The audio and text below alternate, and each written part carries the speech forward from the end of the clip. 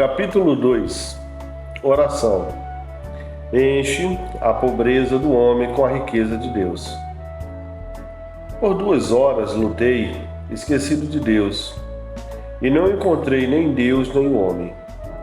Tudo isso em uma tarde fria. Quando finalmente, ao parar e olhar para Shinge's Shiloh, vestido de branco, da cabeça aos pés, a frase de Davi saltou em meu coração: lava-me, é mais branco do que a neve serei. Salmo 51, versículo 7. Em um instante eu estava com Deus, ou melhor, Deus estava comigo. Caminhei de volta para casa com o coração em chamas. Uma mensagem de Alexandre Witten. Temos belos escritos e preleções instruídas sobre os benefícios pessoais da oração. Como a oração assegura resultados plenos, não por afetar Deus, mas por nos afetar. Por se tornar uma escola de treinamento para aqueles que oram, somos ensinados por eles, esses professores, que o campo da oração não é obter, mas treinar. Dessa forma, a oração transforma-se em mera realização. Um instrutor, uma escola, na qual se ensinam paciência, tranquilidade e dependência. Nessa escola, a negação da oração é o professor mais valorizado. Por melhor e mais razoável que possa parecer, não há nada disso na Bíblia. A linguagem clara e repetitiva da Bíblia é que a oração deve ser respondida por Deus, que Deus ocupa a posição de Pai para nós e que, como Pai, Ele nos dá as coisas que lhe pedimos, quando as pedimos. Portanto, a melhor oração é a oração que recebe uma resposta. As possibilidades e necessidades da oração estão gravadas nos fundamentos eternos do Evangelho. A relação que se estabelece entre o Pai e o Filho é a aliança estabelecida entre os dois. Tem a oração como base de sua existência e os requisitos do avanço e sucesso do Evangelho. A oração é a condição pela qual todos os inimigos devem ser conquistados e toda a herança deve ser possuída. Essas são verdades incontestáveis, embora possam ser muito simples, mas em períodos como este, que axiomas bíblicos devem ser enfatizados, insistidos, afirmados e reiterados. O próprio ar está repleto de influências, práticas e teorias que enfraquecem os fundamentos e as verdades mais autênticas. E os axiomas mais evidentes desmoronam por ataques traiçoeiros e invisíveis.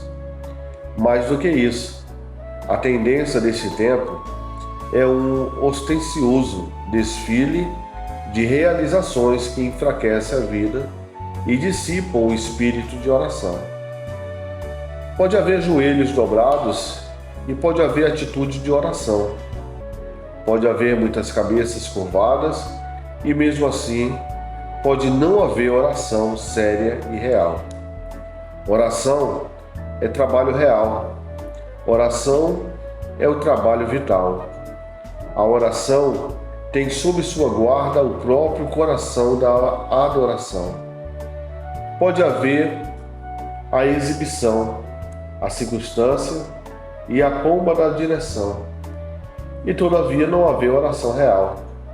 Pode haver muita atitude, muitos gestos e palavras, mas não oração. Quem pode se aproximar da presença de Deus em oração? Quem pode chegar perante o grande Deus, Criador de todos os mundos? O Deus é Pai do nosso Senhor Jesus Cristo, que tem em suas mãos todo o bem e que é todo-poderoso, capaz de fazer qualquer coisa. Quanta humildade, verdades, mãos limpas e pureza de coração se exigem para que o homem se aproxime desse grande Deus. A definição de oração mal pertence ao âmbito da Bíblia. Sempre enfatizamos que é mais importante e urgente que o homem ore do que seja habilidoso na didática homilética da oração. A oração é algo do coração e não das escolas. É mais sentimento do que palavras. A oração é a melhor escola para aprender a orar. A oração é o melhor dicionário para definir a arte e a natureza da oração. Repetimos e reiteramos: a oração não é um mero hábito, fixado pelo costume e pela memória, algo que deve ser cumprido e cujo valor depende da decência e perfeição da realização. A oração não é um dever que deve ser realizado para aliviar a obrigação e aquietar a consciência. A oração não é um mero privilégio, uma indulgência sagrada de que devemos nos aproveitar devagar, com satisfação, à vontade e sem sofrer sérias perdas se for omitida. A oração é um serviço solene devido a Deus, uma adoração, um louvor, uma aproximação de Deus por um pedido, a apresentação de um desejo, a expressão de alguma necessidade a Ele, que supre todas as necessidades e que satisfaz todos os desejos, e como Pai, tem grande prazer em aliviar e conceder os desejos de seus filhos. A oração é o pedido do Filho, não ao vento nem ao mundo, mas ao Pai. A oração são os braços estendidos do Filho pedindo ajuda ao Pai.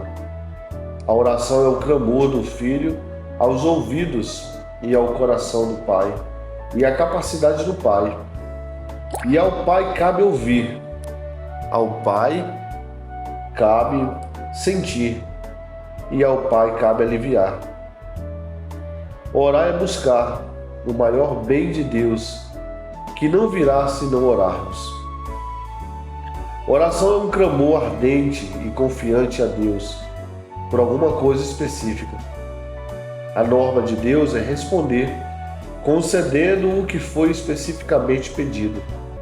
Com a resposta, podem vir muitos outros dons e graças, força, serenidade, brandura e fé. Pode vir como condutores dos dons, mas mesmo estes vêm porque Deus ouve e responde às orações. Nós simplesmente seguimos a letra e o Espírito Santo da Bíblia quando afirmamos que Deus responde à oração e responde concedendo exatamente aquilo que desejamos. Reter o que desejamos e dar alguma outra coisa não é a regra, mas algo raro e excepcional. Quando os filhos clamam por pão, Ele lhes dá pão. A revelação não se dá em sutilezas filosóficas, nem em refinamento verbal, nem em distinções detalhadas. Ela desvenda relacionamentos, declara princípios e enfatiza deveres. O coração deve definir, e a esperança da experiência deve constatar. Paulo entrou em cena muito tarde para definir a oração. Aquilo que fora tão bem realizado pelos patriarcas e profetas não precisava retornar aos dicionários. Cristo é Ele mesmo o exemplo e a definição de oração. Ele orou como nenhum homem havia orado. Ele pôs a oração em uma base mais elevada, com resultados maiores e de forma mais simples do que já fora estabelecida. Ele orou. Paulo, ao orar pela revelação de Deus, que é o primeiro chamado à oração, é a primeira lição da oração. A oração, assim como o amor, é etérea demais e celestial demais para ser contida nos braços rudes de definições indiferentes.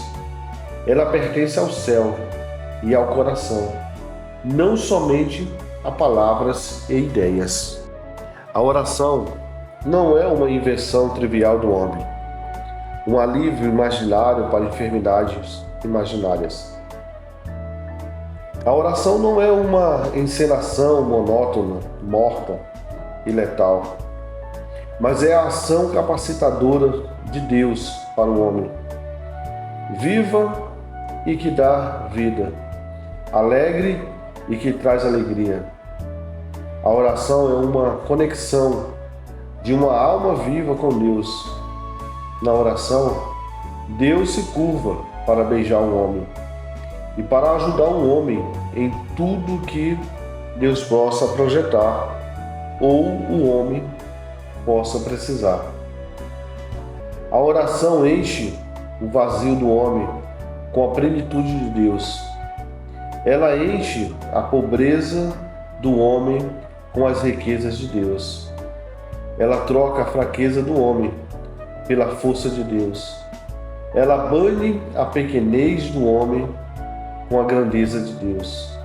A oração é o plano de Deus para suprir a enorme e contínua necessidade do homem com a grande e contínua abundância de Deus. O que é essa oração a que os homens são chamados?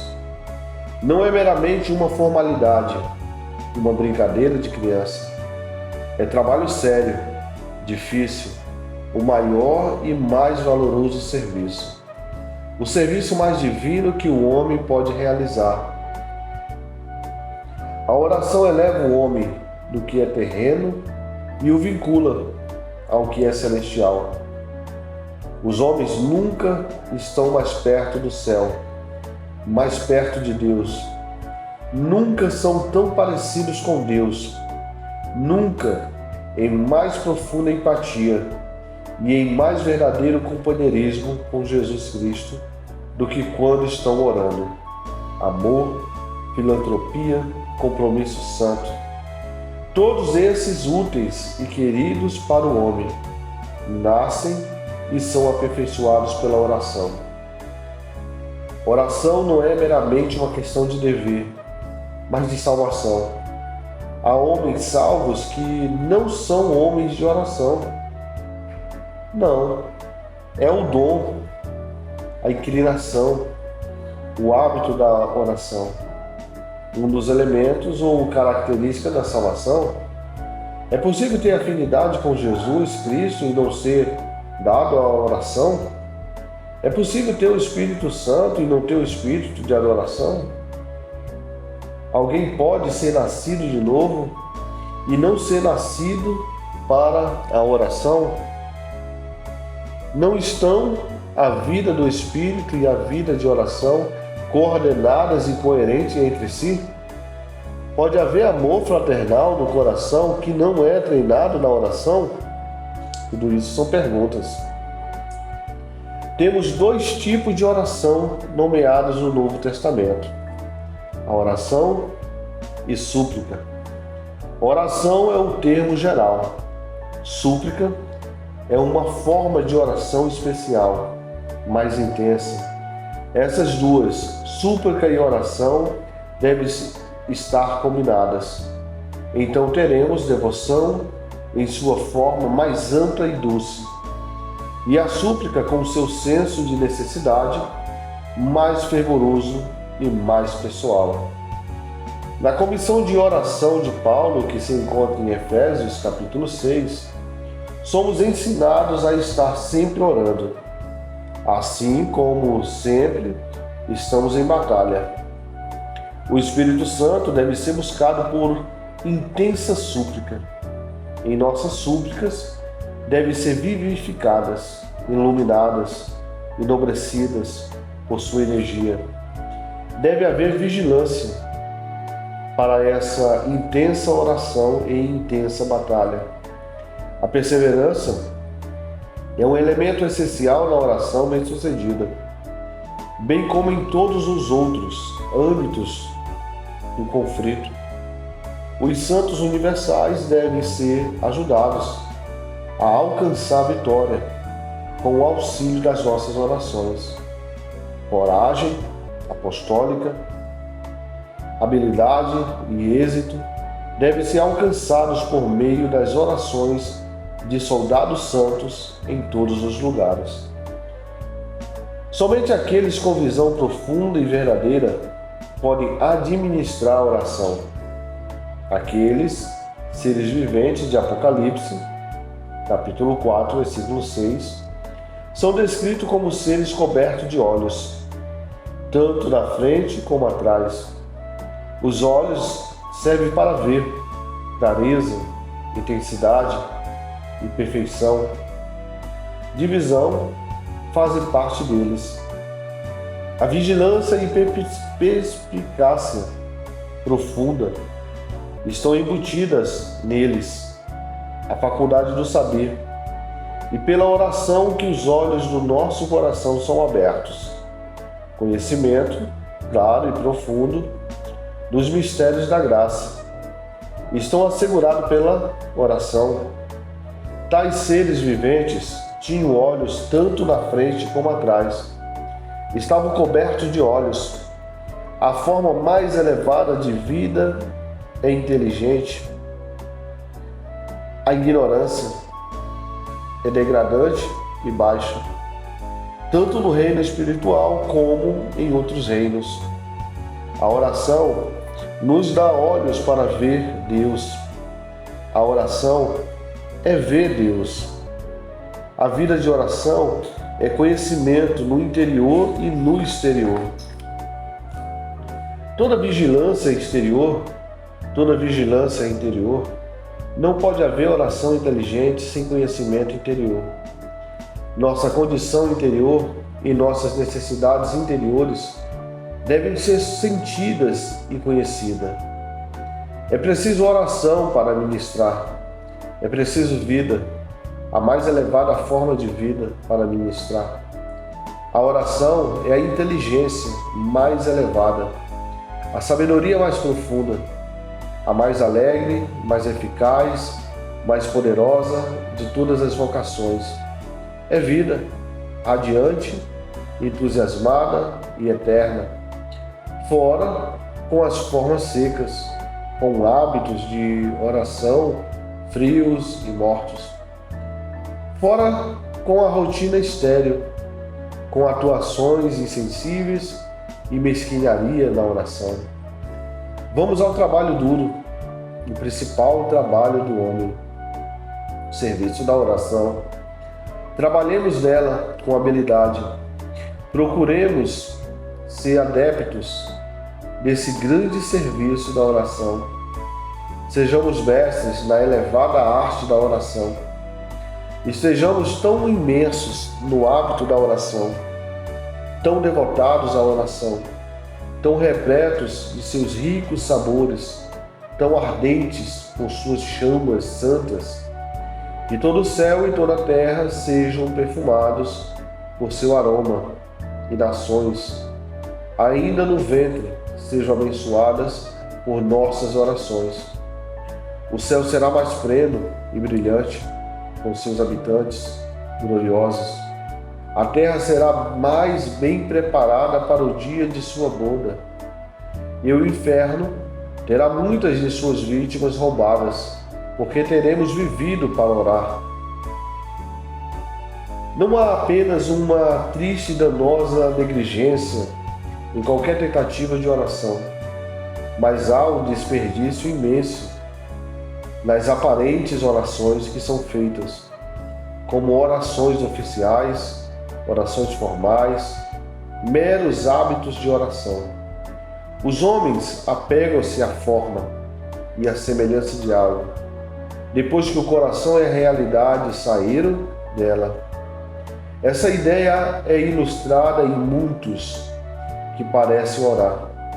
A oração formal tem um forte domínio e um grande número de seguidores. A declaração de Ana a Eli e sua defesa contra a acusação de hipocrisia foi: eu estava derramando minha alma diante do Senhor. 1 Samuel, capítulo 1, versículo 15. A promessa de Deus aos judeus foi: então vocês clamarão a mim, virão orar a mim e eu os ouvirei. Vocês me procurarão e me acharão quando me procurarem de todo o coração. Jeremias, capítulo 29, versículo 12 ao 13. Também no livro de Tiago, capítulo 5, versículo 17, está escrito também: que todas as orações do dia de hoje sejam avaliadas por esses padrões. Derramar a alma diante do Senhor e procurar de todo o coração, e descobriremos que muitos não passam de mera forma e desperdício, falta de valor. E foi isso que Tiago declarou a respeito de Elias, que ele orou fervorosamente.